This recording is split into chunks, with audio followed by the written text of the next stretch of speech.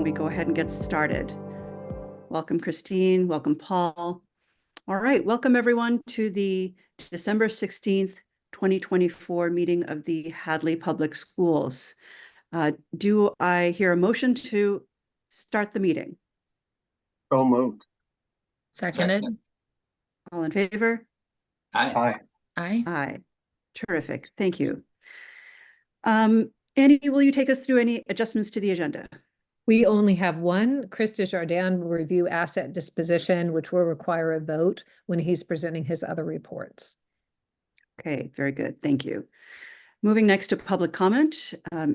If you are a member of the public and would like to make a comment, please raise your digital hand. You'll have 3 minutes to speak, and it should be pertinent to whatever's on the agenda, if at all possible. And go ahead and raise your digital hand now. Okay, seeing none, let's move into the agenda. Presentation and discussion items. The first item on the agenda is the introduction of our student rep to the school committee, Aisha Anjum. And I don't think she's here, but Annie, can you tell us a little bit about her? I am happy to. And she did send me an email. She is in 8 million AP courses and has a lot of demands on her time. So she apologized profusely that she didn't think she'd be able to make it tonight. But I do want to let you know, Aisha has volunteered to be the student representative to the school committee. She's a senior at Hopkins Academy and a member of our student government. She's an excellent student. That's the reason she's not here tonight. And dedicated, very hardworking member of our school committee, always willing to join efforts to make our school better. And she will be joining us most likely in January. Terrific. Welcome, Aisha. Look forward to meeting you. Okay, moving to the next item on the agenda. We are talking about school safety. Annie, take us through what you have. So the first is the Equiture Aware Weapons Detection System. So after our initial discussion of the Equiture Aware Weapons Detection System, I believe that was in September, school committee members had several questions. So responses to these questions, they were excellent questions, are linked here in the agenda. And they're highlighted, the responses are highlighted in yellow. Our Director of Technology, Mr. Bigda, who's present this evening, has spoken with Equiture regarding protecting student privacy. And Equiture does comply with the Child Internet Protection Act and with the Family Education Rights Privacy Act. And also Officer Romano is here. He has been a part of some of the phone calls with Equiture Weapons Detection System. And so certainly, if there's discussion like the school committee would like to have based on the responses to your questions, this would be a perfect time for that. Great, Annie, thank you. Before we dive into school committee deliberations, I'd love to get your thoughts. Steve, Annie mentioned that you had a conversation with the company. Was there anything that really surprised you or assured you about your conversation with them that this was a solution that we should implement?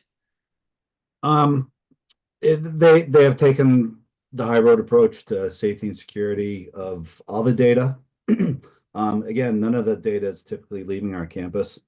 So there's an on-site server that will be patched and updated via remote commands. That's kind of a knock before entering things. So when they do want to schedule updates, they'll reach out to me and say, hey, it's time to run through our processes and harden up the server. And we'll go ahead and we'll schedule a time and a date to do that. Talking with Chris also, he's going to, his company agreed to enter in or sign a DPA, which is a digital processing agreement. That's basically just kind of a legal document saying, listen, we're going to do as much as we can on our side to make sure that everything's safe, by the book. We're going to follow all the industry standards.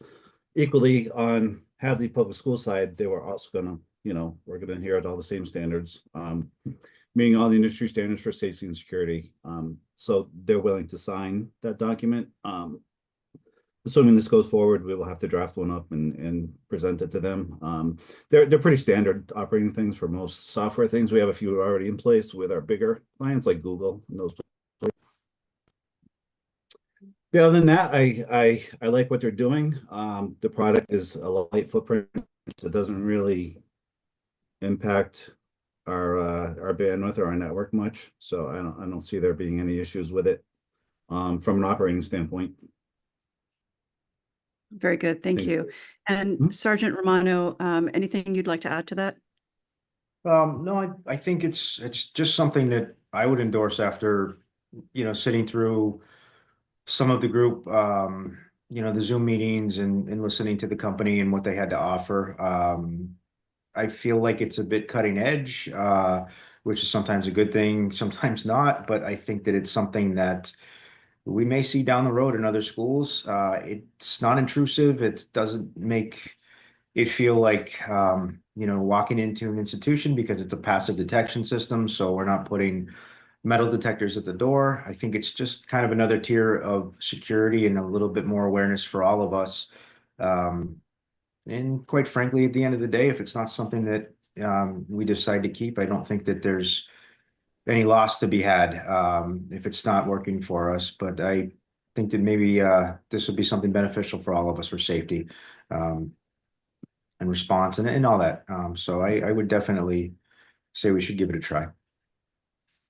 Thank you. Mhm. All right, let's open it up to the team for discussion. Annie, thank you for collecting answers to the comprehensive list of questions. I found a lot of my questions were answered. Ethan, Tara, Christine, Paul,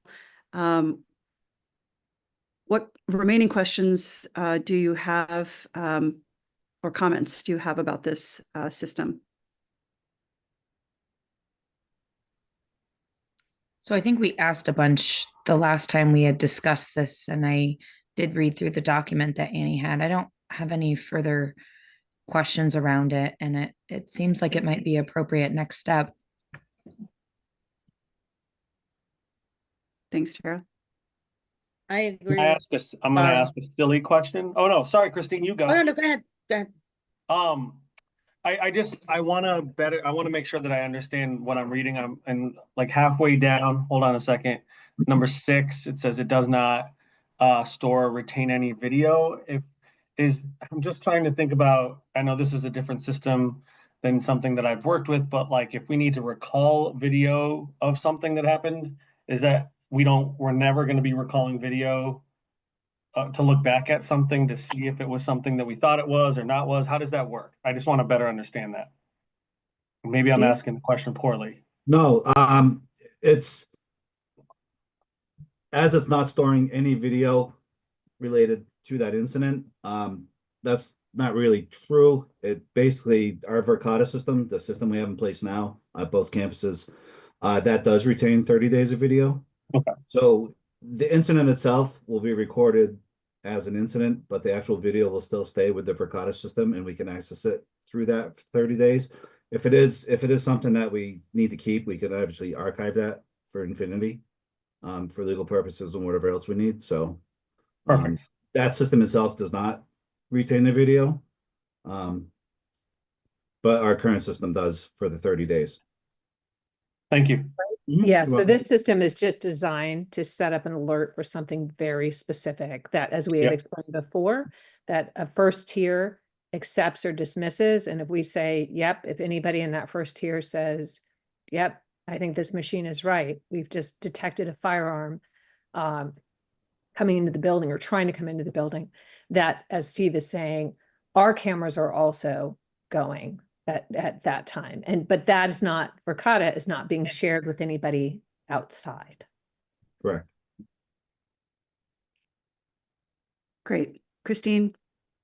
No, I was just saying I don't really see any downsides to this, and I like the idea of having another level of protection. Thanks, Christine. Paul? I agree. Just following up, Sergeant Romano, on a point you made, how do you see us assessing effectiveness? How, in a couple of months, or determining whether we're satisfied or not? I think one thing is at least initially is figuring out the logistics of it. Because one thing that came up in conversation is, when I walk into the building, clearly there's a outwardly displayed firearm on my hip. And so that's a simple thing we'll have to we'll have to figure out a fix for that. But I think a few things, I mean, as far as false alarms detection, I mean, this is an AI type of a software, so I hope that they have most of the things worked out. And if we find that we're getting too many false alarms or alerts that that are not helpful, we either have to change some things on that, or we decide maybe it's not for us. But ultimately, the benefit of that, and hopefully we don't have too many of these alerts at all, if any, but the benefit would be, hey, something shows up, we don't allow access to that individual inside the school. You guys either call us or somebody comes out in front, confronts that party. I think that right there, one time is a success if that works in the way it's intended to. I don't think it takes more than that. If it works the way it's designed to, which I'm hopeful it does. But I think it's worth giving a shot. The grant was approved, and and we're not really on the hook for anything either. So I think that's good. Yeah, thank you. I mean, I totally agree. If it's effective once, that's great. Maybe as it gets implemented and there's that learning curve, assuming maybe there is a learning curve, there's also a risk of just sort of overreacting at the first bit. But it sounds like you're paying attention to that, so you're on top of that. Yeah, as far as the overreaction, I mean, that's something that, if this is approved, we're going to have to sit down and just figure out procedurally how we move forward with alerts, a first and second tier, the response, who gets notified, and so on. That'll be a discussion that, that we have among school admin.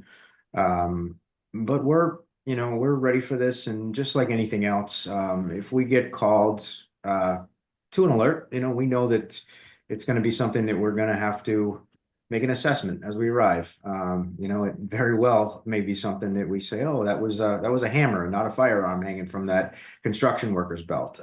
It's not an issue for us. And I think it'll just be a matter of just kind of figuring out what works for all of us when we sit down and devise a policy or a procedure, a way of approach with what this does. Great.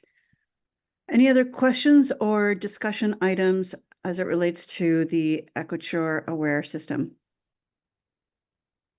Seeing none, is there a motion to approve the Equiture Aware system for it's for Hopkins Academy and Hadley Elementary School? Is that correct, Annie? Correct. That is correct. For those two schools, do I hear a motion? So moved. Is there a second? Seconded. All in favor? Aye. Aye. Motion passes unanimously. Thank you, Sergeant Romano and Steve, for doing the research and helping us understand the product, the implications, and good luck in implementation. Thank you. Happy to help. Thank you. I'm going to stick around for a little while and watch if that's okay. Great, you're course. welcome to. Okay, we're going to move on to the update on health and safety procedures for other things like playground, asbestos, water, IAQ. Indoor air Annie, quality. Yes. Indoor air quality, of course. Tell us about that. Sure. These are procedures. They do not require a vote of the school committee, but I know that the school committee, just as the administration in the schools, we share the Massachusetts Teacher Association's priorities around student and staff safety, and the MTA has prioritized environmental health and building safety for its members and for students. And these priorities, as I said, align with ours. And so to that end, we have documented the procedures that we currently have in place to protect staff and students' health in a proactive manner. So you'll see how frequently we inspect the playgrounds, the procedures we use for playground inspection, our asbestos testing procedures, our water testing procedures, and indoor air quality. And I will say that all of these procedures exceed what is minimally required in state law, and documentation regarding outcomes of inspections and testing are available in my office for anyone to view. We also share these when I get them. Frequently, I'll forward them on to you all in the school committee, and I forward them on to the Hadley Education Association leadership as well Just wanted to make sure you all knew that these were in place, and I wanted the public to be aware that all of these procedures are in place. Thank you, Annie. This is so important to us that the health and safety of our teachers and students really comes first. And it's really nice to know that we have procedures in place for things that are pretty serious: water quality, mold. All of this is very important. Asbestos, and our playground, our beautiful new playground. We've got to make sure that we're maintaining the quality so that they continue to be of high quality and safe. So thank you for doing that. Any comments or questions from the team? Okay, seeing none, thank you for informing us about this. We'll move on to the next item of the agenda, which is curriculum and instructional materials. And I just want to say, I would be remiss if I did not give credit where it's absolutely due. Chris Desjardins and Jeff Mish have been instrumental in making sure that all of these inspections and testing get scheduled and that we're on a regular schedule. So I just want to give them credit for that and thank them for that. Regarding curriculum and instructional materials, so as you know, recently, parents and members of the public have asked questions about curriculum and instructional materials. Specifically, how we select materials, who selects materials, and who determines which materials are suitable at what grade levels and in what courses. So this document provides information about these questions and also provides an opportunity for the school committee to just check in and see if you would like to do something differently, if you would advocate for a different approach. As you can see in the document, what we are currently doing aligns with what the Massachusetts Association of School Committees recommends when it provides recommendations on the roles and responsibilities of school committee members. They recommend that the school committee approve major revisions or adoptions of curriculum and textbooks upon the recommendation of the superintendent. So they still do recommend that school committees respond to or to the recommendation of the superintendent of schools, but they also do not recommend that school committees select individual books or that they don't get too far, for lack of a better term, into the weeds when it comes to curriculum and instructional material selection. So this is just an opportunity for the committee to review how this process currently occurs, what the process is, and if the school committee would like to see a different process, we could certainly have that discussion. Great, thank you. Comments or questions from the committee on this?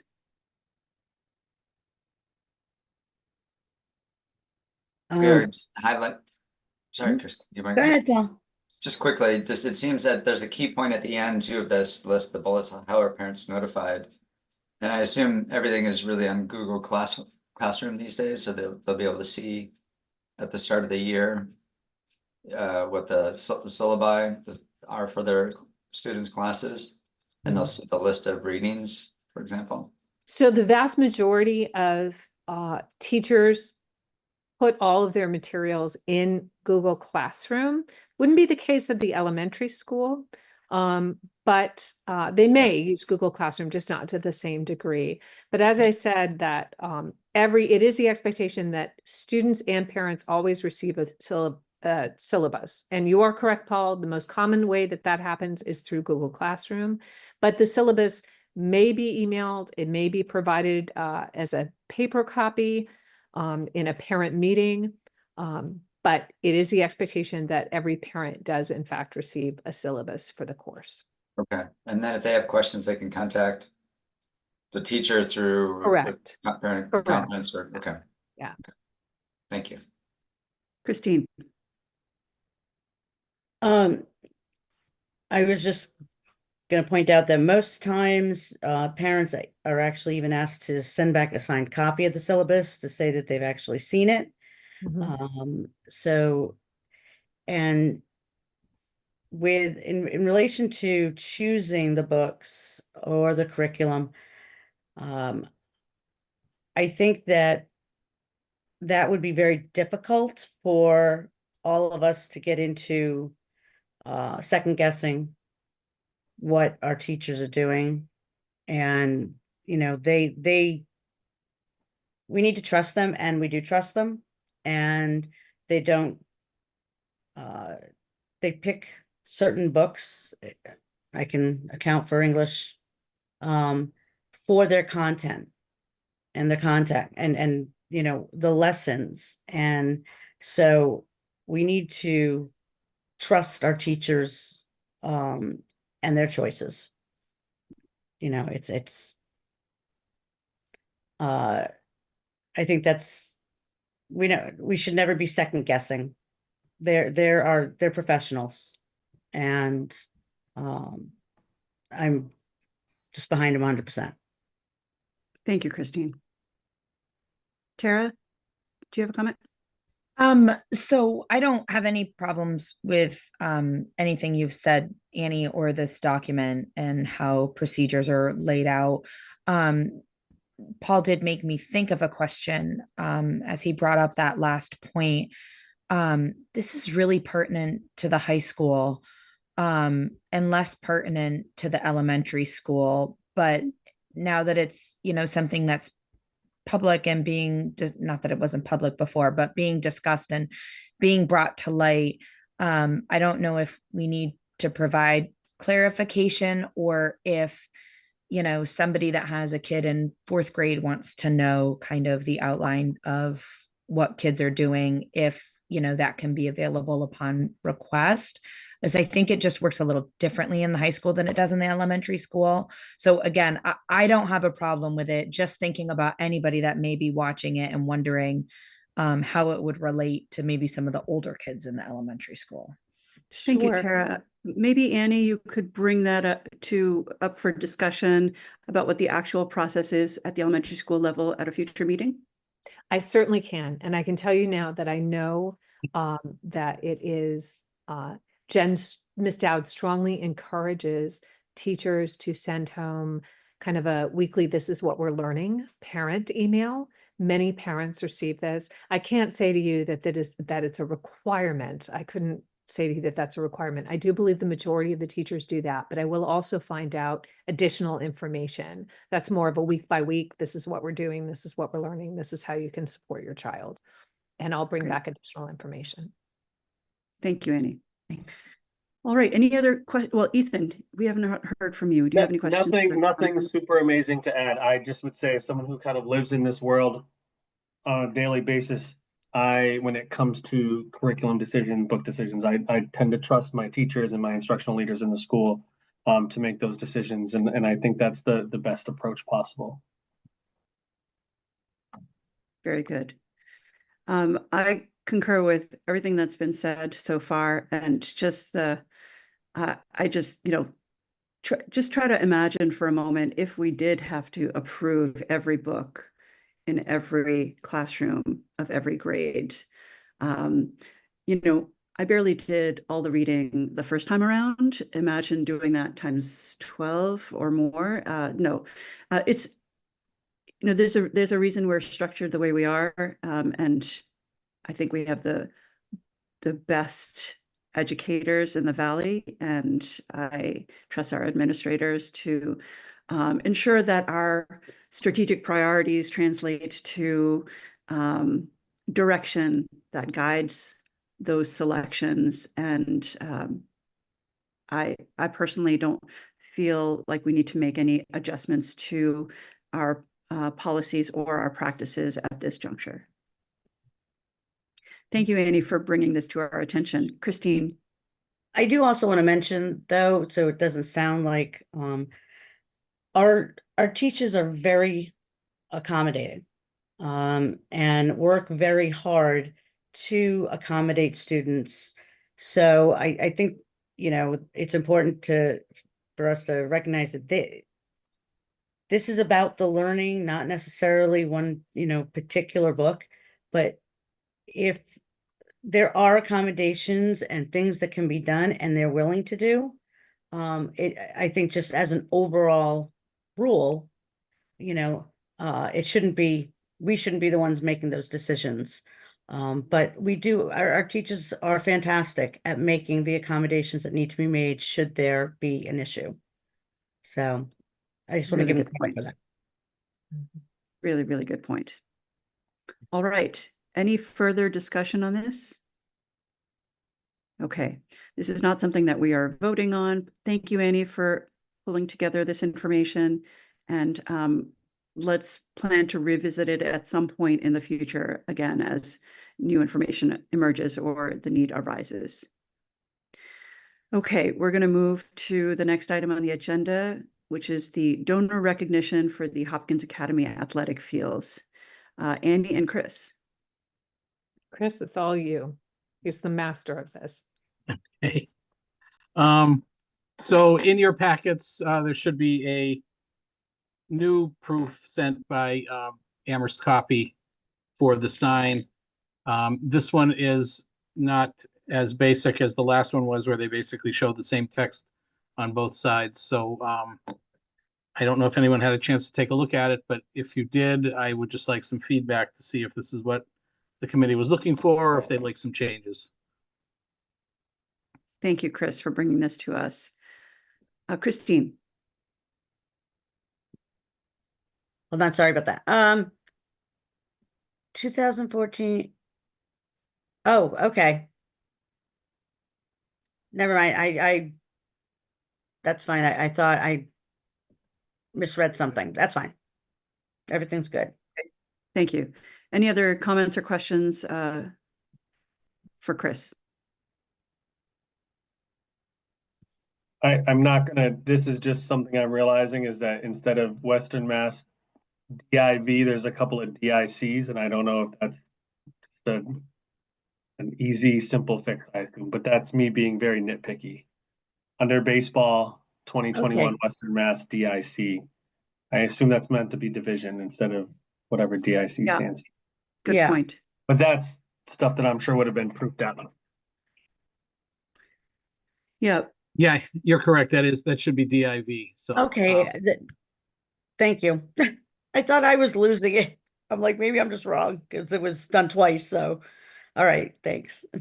I would say, Chris, if you could make sure that everything is proofed carefully, that we've got the right years and we've got the right, I trust you that you're going to put the words through the ringer, and perhaps it's the design and the general strategy on what kind of information is displayed that we could weigh in on at this juncture.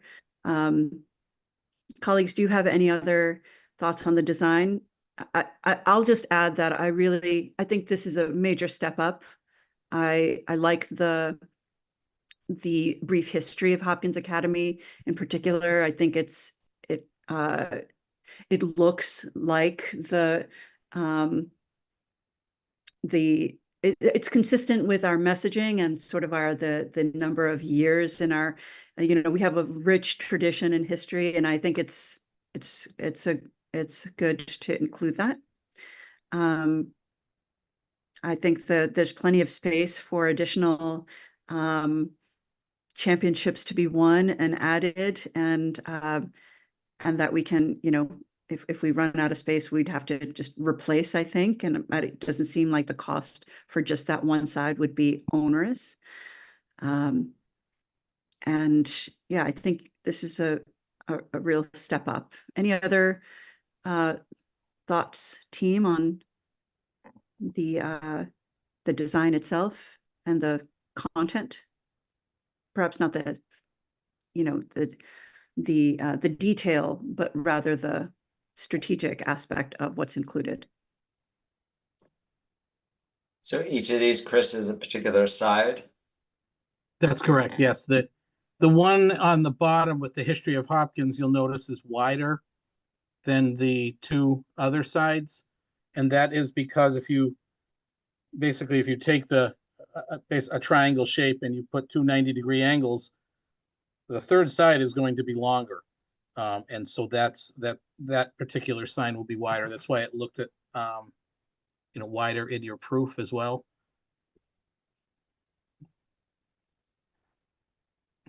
Yeah, it'd just be good to know sizes.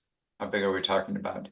The two top ones are 3 by 5. And the back one, which is wider, I think it's still 5 feet, but it's 4.25 feet wide. I got those measurements this morning from them. And we decided to put all the donations together and not call out special donations. Well, there will be special donations on the scoreboards and benches, as we discussed at the last meeting.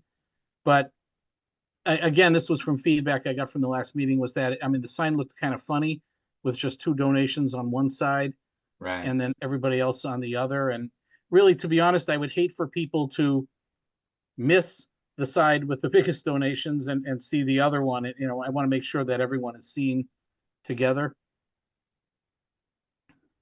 I have a question for my colleagues. This is going to be a big sign, and the letters for the text for the list of donations will be substantial and visible, I think. And I wonder whether it makes any sense to, as a result, just save a little bit of space at the bottom to acknowledge the other contributors, because the project wouldn't have happened had it not been for the original purchase of the land. And so, like, is that accounted for somewhere? Or the CPA funding, which I know it's our taxes, but it's Hadley choosing to invest in a project of this nature through its CPA funds. And does that make sense to recognize? I'd be remiss if I didn't ask the question, who on what body might look at this and say, wow, we weren't mentioned at all? And does it make sense to have even a small mention at the bottom that like alludes, calls out specifically a few, but maybe even says, and the many others, you know, or something like that? Well, just to answer the first part, the CPA and the Board of Trustees are the top 2 on the sign. So Hadley CPA is represented there. Right. But we could always add something at the bottom that said, you know, in addition to these, we would like to acknowledge the many people who donated both time and funds, or something like that. Sure, that can be added. That's easy. Thank you. I'm also realizing huge oversight. Please forget this oversight when you all are doing my evaluation, but we didn't mention the school committee. There have been a few of them, so we might want to have the Hadley School Committee. Excuse me on that. Many school committee members. But yes, Hadley School Committee members, and that's spanned over. You folks already had designs when I came on board in 2014. That started. Yeah, in so maybe 2012. Annie and Chris, you could take a stab at just like a nice, simple final Yeah. statement that is an all-encompassing for all those who might look to something to see that they were acknowledged. I think we should thank the town. Not just Yeah. CPA. I mean, CPA is the proximate, but it's really the town. Agreed. Chris, can I ask, I apologize, I know you already said this, which one of these slides is going to be on the bigger part of the? The Like, I know you last said- one, the Okay. history of Hopkins. Does it make, I'm just gonna ask the group, does it make any sense to put the champions on the big one? Because that's the one that's gonna grow over time? Yeah, it does. That's a good question. Can I ask, I thought all 3 sides were equal. No, I mean, again, if you just picture a triangle with a 90-degree angle, you have to have one side that would be longer. Okay, so this is like a hypotenuse triangle, not an equilateral triangle. That's correct. Got it. And the 2 sides, the longest side is facing in which direction? That would be facing out towards the fields. Okay. Do we want to that give history of the Fields development on that too? So We do you could think that'll be? try, I could ask them how much they'd have to decrease the font size to fit that on there, but we could certainly add something there. I'm just curious, would folks be interested in 2012? I mean, More it recent does, history. yeah, Like a more recent history. yeah. The board of Oh, trustees. that's like you're speaking my like I was just gonna ask, is this history of Hopkins Academy anywhere else on the grounds? Is it displayed anywhere else? I don't think so. I don't think it is. Not that I'm aware of. I don't think so. But I like the idea of a paragraph underneath. And, I imagine, again, these are like looking at the text on my computer, it looks like it's a size 14 or 16. But if you have it on a giant board, that's huge. And no one's going to read it while driving by. It's really meant to be read close up, Right. right? So close up should be plenty large at this scale. It would be worth asking, can you fit another very small paragraph about that history, that the additional land was purchased in such and such by such and such people, and three or however many, 5 generations of school committee members did their part to move it along, but it wasn't until such and such a year that this catalyst happened, specific like CPA funds or fundraising or project manager was assigned, or I think that Or could we can be put something together.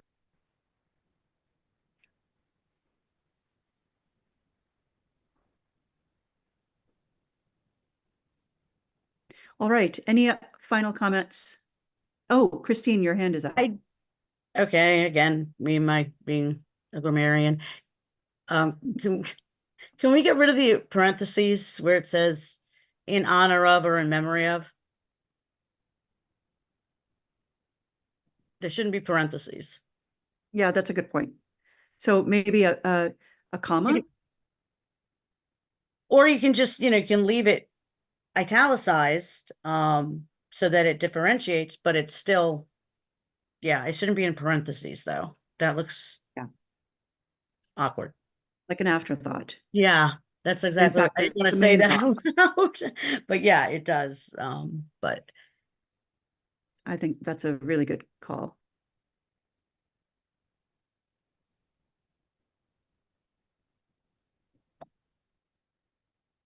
Okay, yeah, that's an easy change, no problem.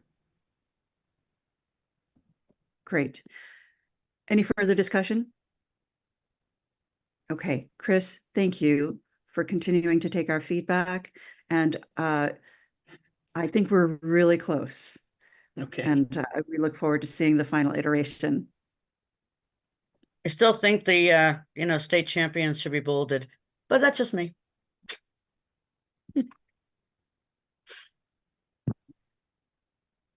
Yeah, we can do that too.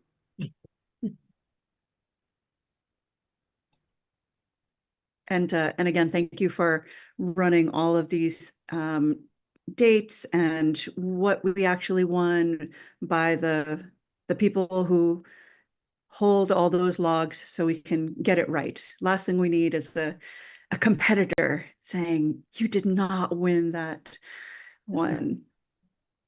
Well, thank you again. And we look forward to seeing the next iteration. Okay, thank you. Okay, moving on to item E, policy review, second and final reading for policy IHGB. Ethan, can you tell us about this again? Yes, this is our second and final reading for the homeschooling policy that we've been working on for a while. If you click on the link, you'll see the document that we've been working on for a while and the edits. I know you guys have already seen this, so right now it's just that final reading before we vote on it. And just kind of an opportunity for you guys to look at it one more time, and if there were any questions, we can go from there. Great. Any questions for Ethan or Christine about this? Okay, seeing none, is there a motion to approve policy IHBG? So moved. Seconded. Is there a second? All in Seconded. favor? Aye. Aye. Aye. Motion passes unanimously. Thank you very much. Okay, moving on to the first reading of many policies. Ethan, can you take us through them? I think some of them will be you and others will be Christine. So start us off, please. Yeah, we've got a whole slew of policies centered around non-discrimination, harassment, and retaliation, but also a number of ones that you'll see tonight. Just to kind of a note with the first reading for a lot of these, almost exclusively these are written with our attorney.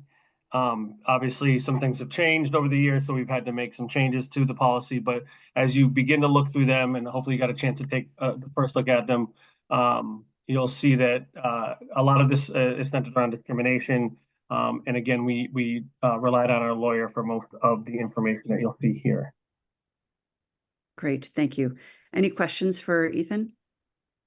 And I guess the first one is, the non-discrimination policy, including harassment and retaliation. Okay, great. And should we, do you want us to tell us about yours, Christine, the policy under I, revised ACA non-discrimination? Or Ethan, did So- your comments pertain to the whole list? It actually pertains to the two that I was going to discuss as well. Okay, Those all are right.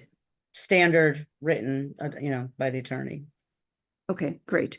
Tara, Paul, do you have any questions at this juncture? Okay, thank you for bringing this to us, Ethan and Christine. We look forward to any further questions or discussion at our next meeting in January, at second reading, when we hope to pass these policies and put them into place. All right, moving to item G, review of civil rights grievance procedure and grievance procedure for the Title IX complaints. Mhm. Okay, Yes. Annie, take us through it. So these grievance processes are referred to in several of the policies that were presented to you for first reading this evening. And in those policies, it explains when a family or student or employee would follow the civil rights grievance procedure and when they might follow the grievance process for Title IX. These procedures replace policy ACAB-R. If you recall at the meeting where we voted to eliminate that at the recommendation and direction of the attorney, Humira, you had asked an important question, which is, but wait, is there anything, what are then the protections and the processes when people have complaints under civil rights or Title IX? So these procedures and these processes, which do not require a vote because they are procedures, they're written by school committee council, and they replace that policy ACAB-R that was outdated and no longer aligned with Title IX as is written today. Thank you, Annie. And thank you for giving it some thought and bringing this back. Any questions for Annie or comments on the document she shared, the procedure? Okay, seeing none, thanks again. And it's great that we have this and can refer people to it if needed. Okay, we are going to move next to the superintendent updates. There's only And one Annie- thing I want to call your attention to. Remember, the purpose of these, you all receive these emails usually weekly. I got a little off schedule the past couple weeks, and in some cases you receive 2 weeks worth of information in a single email. These are always then put on this document that the public can see, so that they can see based on open meeting law, the information that I'm sending you. At a future meeting, the school committee will need to determine if by meeting our local graduation requirements, that if we are saying that students have met the competency determination. So as you know, ballot question 2 passed. MCAS is no longer used to make a competency determination. The state has always distinguished between graduation and a competency determination, saying students could not graduate until they had met what they call the CD. So the Department of Elementary and Secondary Education is recommending that school committees go through okay, what are our graduation requirements? Do we feel as though by meeting these graduation requirements, a student has met the competency determination, which is demonstrating mastery of the standards that were previously assessed on MCAS? You do not need to do that tonight. I will make sure that we have that discussion January or February. And it can be as simple as the school committee saying, yes, by virtue of meeting our graduation requirements and receiving a diploma from Hopkins Academy, we are saying that you have met the CD. It's the only piece I wanted to call your attention to. Great. I look forward to that discussion. I think that's going to be important to just assure that we have pieces in place and to remind people that we have graduation requirements, and that alone, that is plenty comprehensive. In addition, I would like for us to consider, I know there are schools across the state that are going back and looking at who they may not have graduated because of that 10th grade MCAS requirement. And they're re-examining whether the student actually met the rest of the high school requirements except for that alone. And so, Annie, can I ask you to please go back several years just to see if there's anyone who under these new rules would qualify for a Hopkins Academy diploma? I can certainly research that, yes. Thank you. Any questions for Annie on her weekly update? Yeah, just on that MCAS. So it says here in the DESE piece that students will still take the MCAS. Or we're just not using it in that CD, as you mentioned. Correct. Nothing, and this is something, unfortunately, I don't know that the entire public understands this. Absolutely nothing has changed in terms of administration. We will spend the same amount of time, energy, and resources administering the MCAS, providing information about scoring. Everybody will take the MCAS. Students will spend the same amount of time in testing. Nothing has changed. The only thing that has changed in the law is that it is no longer how the state no longer says that MCAS is required to meet the competency determination. The state is now saying that as of January 1st, so January 1st and after, anybody graduating after January 1st, 2025, the local school committee can determine for the class of 2025 and beyond what constitutes meeting the competency determination. You can use local requirements. So everyone's still taking the test. So I'm not advocating this. I'm just saying theoretically, could we say it's an MCAS passing to be? As a matter of fact, and I want to encourage the public, if you're watching this and you click on that superintendent updates, then you'll see the updates. And within that, there's a link of an FAQ. And that question is asked, could a local school committee say that we want to use MCAS as our competency determination? And that FAQ says that yes, a local school committee could do that if they chose to do so. And there are That's some what school DESE is committees saying. around the state that have chosen to do that. We were a committee that heard from the president of the association, and we also heard from one another that we were opposed to that being a reason why a student couldn't graduate. That was the like key piece that was really kind of challenging. Your 10th grade test score could determine whether or not you graduated after your 12th grade. And that was, objectionable to so many that the Massachusetts voting populace overturned that specific law. So I am curious about how many will actually go that route. I personally don't think it's going to be many. Christine. So this potentially does away with any retesting if the students do not fail, or I'm sorry, do not pass. We will not be subjecting them to testing for the next 2 years to see if they pass, correct? Correct. Desi has said, and I think it is in that FAQ, but maybe it is in a conversation that I had with some folks there. Desi has said that for the time being, that they would continue with retests for students who were interested in scholarships, the John and Abigail Adams scholarship opportunity.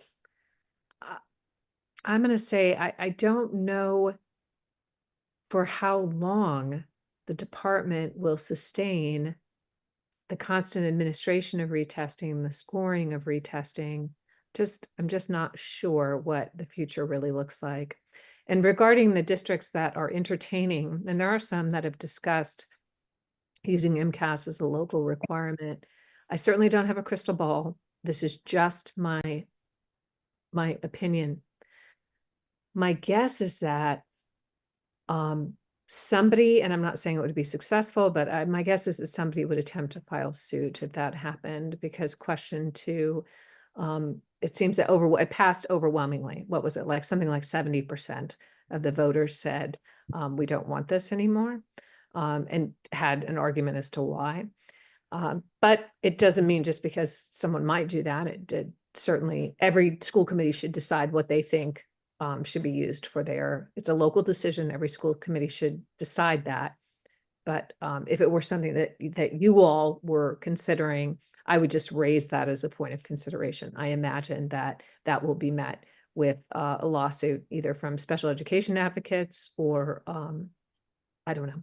And but I can't see, given the fact that question 2 passed with such a large majority, that there wouldn't be pushback. So are special ed students going to be required to do the portfolio still? No, because MCAS cannot be used as a CD. So, oh, after good. So that's January taken 1st, off the table. 2025, it does not factor into competency determination. It is strictly local. It's a local decision Okay, as to good. what constitutes having met the competency determination. Great. Any other questions on Annie's superintendent updates? Okay, seeing none, we're going to move to the business manager reports. Chris, are you there? Sorry, yes, I am here. Okay. Okay, I have some reports for you today. The first one is the expense report. Again, these are the same reports you guys see every month. The one difference to this report, it's a little bit different, is that I have processed a good number of those grant transfers that I mentioned last month. So you'll see the difference in both this report and in the grant report, where we actually have some expenses going there now. There are some expenses that I typically would have already transferred to grants, but because the approval of these grants was, shall we say, on the slower side this year, we didn't actually get approval for some of them until mid-November, which means I can't transfer any expenses prior to that date to the grant. So I'm kind of just, it's going to be more on the back end of the grants instead of at the front end like I normally do. I usually try to use them up, very quickly just in case they get canceled or something. But in this particular case, there's not much I can do about that. So there will be a few expenses that are, a little bit higher right now, and those will even out by the time we get to the end of the year. But, again, we ran a series of reports basically just looking at where we are now, how much we have left to spend, and how that looks. And, we were in good shape. We were still to the positive, which is a good sign, obviously. But I can certainly answer any questions you might have on this. Any questions for Chris on this? No questions, Chris. Okay. Then we go to the revolving accounts report. So a lot of these really haven't changed too much from the last month, with the exception of, you can see there's a number of accounts, preschool and Hadley Kids. We don't have the November revenues posted for those yet. So, we're showing a decrease in both of those accounts that will, again, come back up. It won't come up, to a huge extent, only because November is one of those tough months where we had 3 payrolls. So, you know, we're getting pretty much the same amount of expense, but we're having an extra payroll that month. So that's going to take out a little bit more than anticipated. And of course, that's another one of those things that over the course of a year levels itself out. You will see in the school choice, obviously a big decrease in the balance there. We had budgeted over $1.1 million to be used from school choice.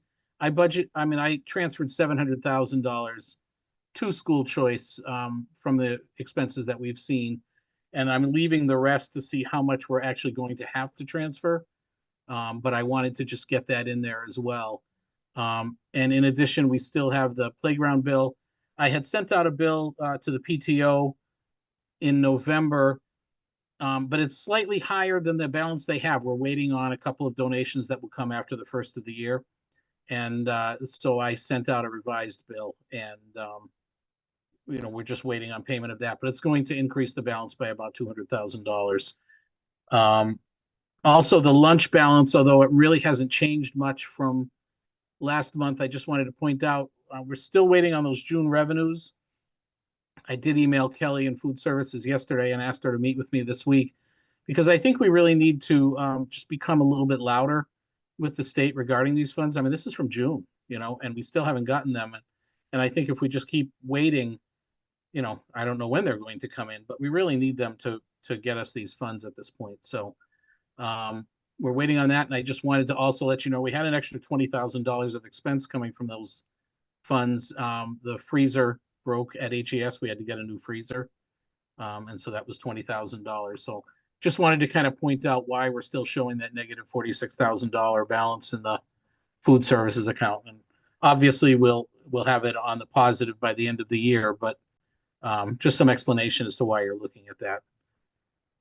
And again, I can certainly answer any questions you might have on those accounts.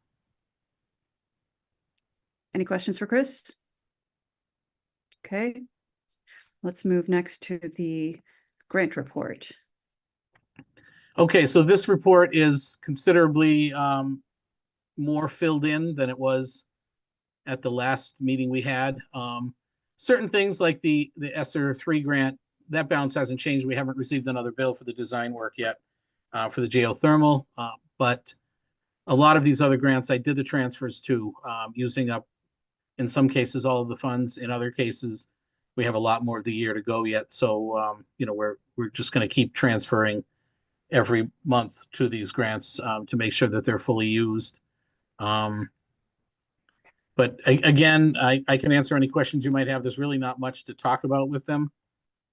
I have a quick question, and that is, are any of these potential grants that could be ended with the change in administration? I would look at things like the Title I, Title IIA, and Title IV. The Title IIA and Title IV, I will do the transfer probably early January of the full amount. They are, for the most part, either teacher salaries or, you know, other professional position salaries. So at that point, I'll have enough, since they were approved, to be able to transfer the entire amount in. So I'll take care of those. The other one, I mean, we have the 240 special education grant, and that's a big grant we always get. I mean, you know, anything can happen. I would never, I'm not a betting man, so I certainly wouldn't say that, but boy, that's a pretty hot item to cut, you know, saying that we're not going, or the federal government won't be supporting special education students. So, you know, I guess it's my doubt that it would happen, but again, you know, I can't say for sure, but those would be the primary ones, I would think. Yeah, to your point, Humira, Chris and I have spoken about this, so it is specifically the grants he laid out. Our entitlement grants come through the federal government. I mean, they come from the feds to the state. So that is IDEA, which he said 240, 262. Both of those together are about $145,000. And then our title funds, which are around 65,000 altogether. It's right in front of me, but no, I'm sorry, closer to more like 85,000 altogether. Because I'm also including Title III, which we share with another district. Oh, yeah. So What Chris is doing, what we've been talking about, as he said, any way that we can, we would spend those so that if there was any sort of freeze in late January or rescinding of those funds, we spend everything that we can.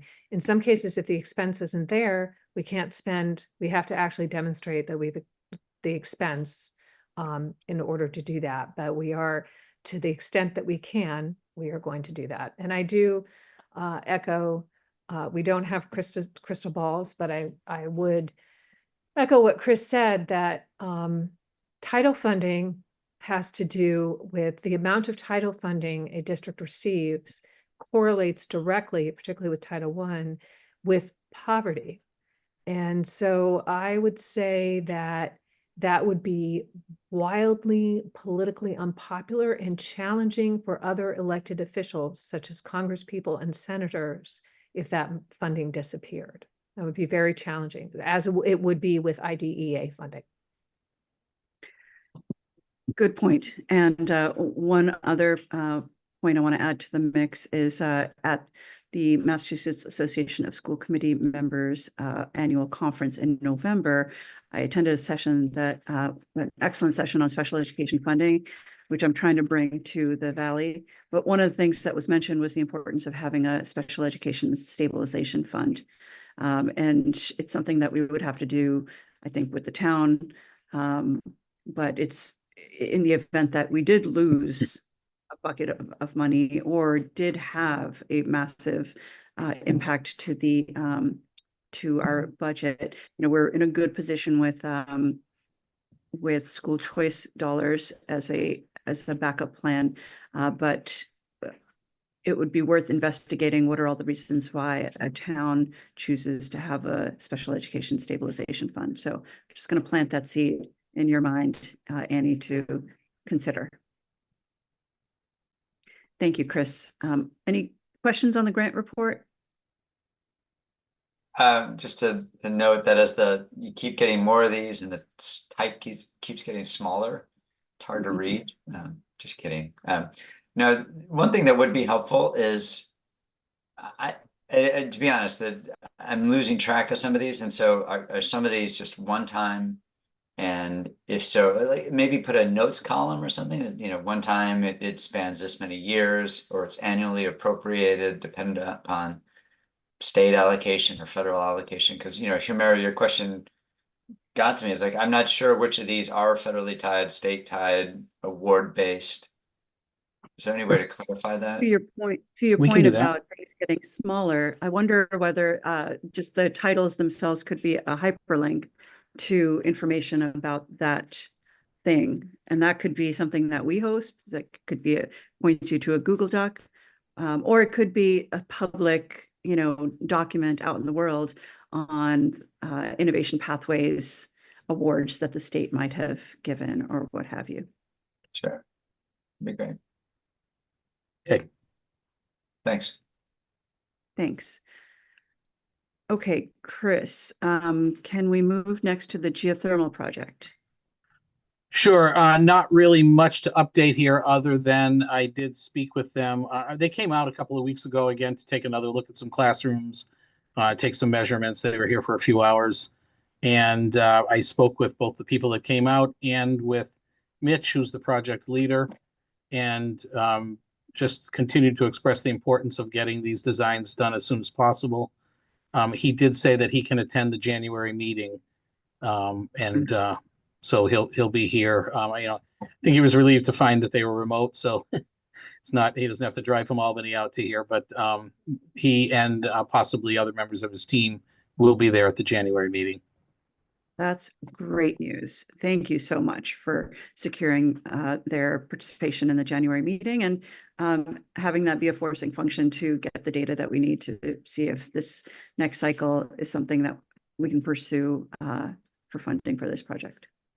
And I just want to add to that. So Chris and I just learned today that Mass School Building Authority has in fact decided to add heat pump conversion to the accelerated repair program.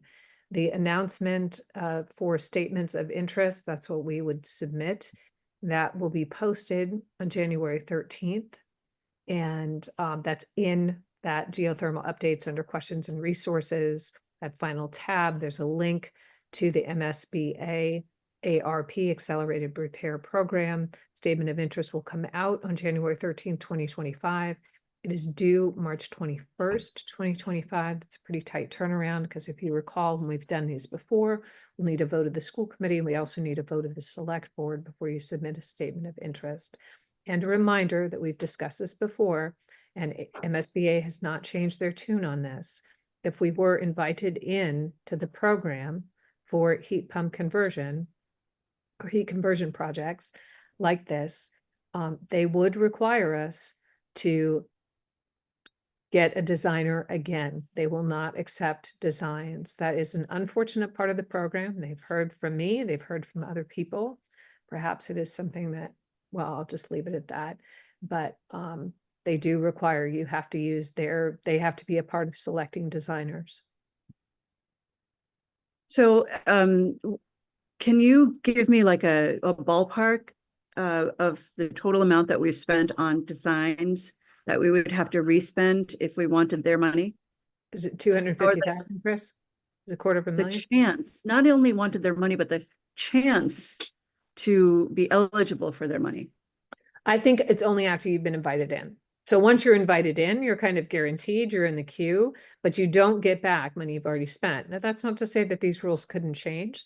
And I don't know who ultimately gets to decide what these rules are, but this is something that Chris and I asked directly when we've been having this conversation. When we did that site visit, Humira, it was something that I also spoke with somebody there about. So yes, we have been told in no uncertain terms that as it stands now, however, you would look at the total potential of revenue and from MSBA. So, I mean, you'd look at obviously at everything and say, okay, this is when you go down this path, if you're invited in, this is what you're looking at for total project cost versus if you didn't have MSBA funding. But that was just announced that that program that Sarah Ross had said might be coming down the pike was announced today. So that's great news. And we'll cross that bridge when we get to it in terms of new designs. Hopefully they realize that's disincentive for all those who worked to move in this direction despite their incentive. And they would not want to disincentivize communities doing the right thing and moving in this direction. So we'll see. But thank you for bringing this to our attention, and net positive news indeed. All right. Any questions so far, team, on the geothermal project or the MSBA announcement? Okay, let's keep us moving to asset disposition. Chris. Okay, so I just have a short list of items that we have around the buildings that are no longer used. A lot of this is old IT equipment, which will be disposed of properly. It'll be recycled. Any of the switches, the computer, the desktop computers, the laptops and projector, all of those items will be taken away by someone who recycles. We do have a few items at HES that we really just need to move on out. Some vending machines that were in the teachers or the staff break room. They are broken. They haven't really functioned correctly for quite some time, and they're also empty because I guess people don't like warm soda coming out of a machine or something. So they're just kind of really taking up space. In fact, they're not even plugged in at this point in time. And I spoke with Jen, and she said, "Oh, by all means, please, let's get rid of them." So I did reach out. I called the number on the, there's a sticker on each vending machine. I called them, and apparently a few years ago, they decided it really wasn't worth servicing them with the volume that was sold at the school. And they just gave us the machines and said, do with them what you want. And so for a while, people filled them up, but they've stopped, once the machines stopped functioning, they stopped filling them as well. So we're just looking to move those out. We also have, I wasn't really sure what to call them. They're almost like, I called it paper press molds and machines. They're really like die cut devices that cut out paper into shapes. And it's kind of, well, if you like grab a handle and pull down, it moves the die cut down over the paper. And and cuts it. And we've got 3 of those units in the teacher's room, and oh my God, I don't know, probably 100 of the dies, and they're just taking up a lot of room, really. And so Jen said, I don't even know if anybody uses these. And they sent an email out today. 2 people said they did use them. So, Jen said, well, we can probably keep one of the machines. We probably wouldn't need 3 because, again, they don't get used that often. And we're going to just go through the dies themselves to see, are there certain ones that people use, or do we really need 100 or more of these?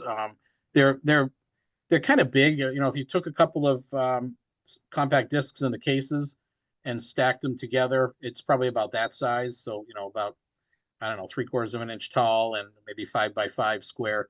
And so they're all on racks, but they're all over the place. They're in front of the windows. They're on the side. So, just again, in the quest to just eliminate things that aren't used, we're kind of bringing those forward as well. And obviously, if people do need them, we'll find a place to keep them.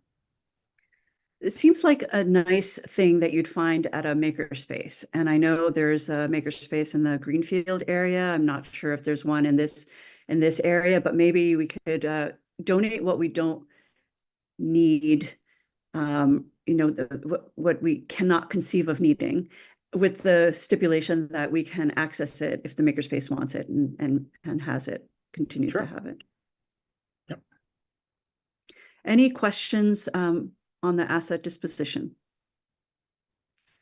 Okay, seeing none, do I hear a motion to approve the disposition of these items?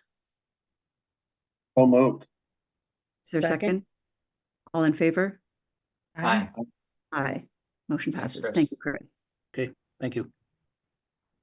We're moving next to the, we're in the final stages, folks. We've already passed the weapons detection, already passed a policy. Do I hear a motion to approve the payroll and expense warrants for November? So moved. Is Seconded. there a second? All in favor? Aye. Aye. Great. Do I hear a motion to approve the school committee minutes for November 25th? So moved. Do I Second. hear a second? All in favor? Aye. Aye. School committee updates and general announcements. Tara, anything to update us on the playgrounds, CPAC or CES? I noticed that you just sent us the executive director's report. Thank you for doing that. I have not had a chance to read it, but I urge our committee members to send you comments. But any questions or anything to share on those items? No, so I sent you that, and I sent you their FY24 annual report. It's lengthy, so even if you kind of skim through and see what jumps out at you, it goes through all of what CES has done for the year. It goes through financials. There's a lot of statistics in there, a lot of good information about their goals and what they've been working on, and what they offer. So it's a neat report. I have not read word for word every document. I kind of skimmed through over a few different days, different things that I hadn't read through yet. And we did review it at the meeting when we met on Wednesday as well. And again, the executive director's report was on there as well. So playground, no update at this point. We talked last meeting, and you guys are aware that we do have CPA funding to do the port in place rubber surfacing. And then CPAC, they had a meeting last week on Thursday that I again was not able to attend, but they 2 updates on that. They had our occupational therapist give a presentation during that meeting. So that was great. They're tapping into local resources, and they've also started to just broaden out to reach people. They now have a newsletter that's going out and shares various information about CPAC, what's going on, introducing people, explaining, what does an occupational therapist do in a school? And that was right before the meeting and the presentation. So I'm glad to see that this group is small but mighty. That's a great little enhancement, having a newsletter. That that's terrific. Thank you for sharing that. On the finance side, I will share that the Tribe Board has not met. However, as you can see from Annie's notes, the town has requested departments submit preliminary budgets by January 10th, and Chris and Annie will be pulling together those initial projections and submitting their local contribution request to the town and treasurer. And so we will see an initial draft in the January, February timeframe. I hope Annie and Chris, you're not having to do this over the holidays. So, but thank you so much for pulling that together. Great. Moving next to the fields. Paul, Chris, is there anything to report? Nothing new for me other than the signage. Chris, anything? No, that's pretty much it, really. I mean, it's kind of winding down. I did get an email from Greg Omasta.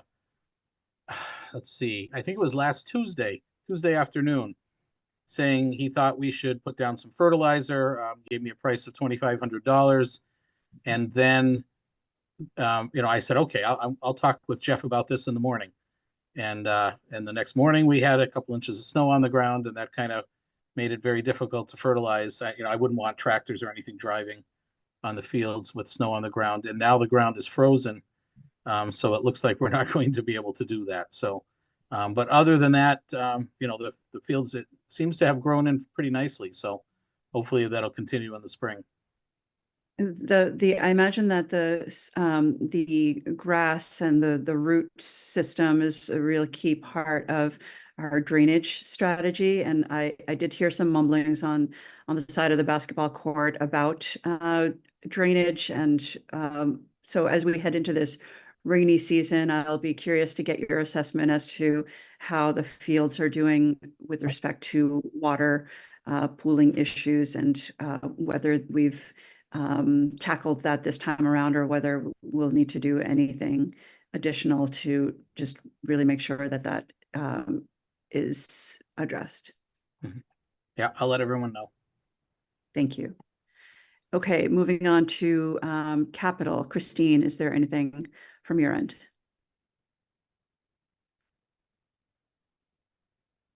There we go. Sorry about that. No, nothing to report.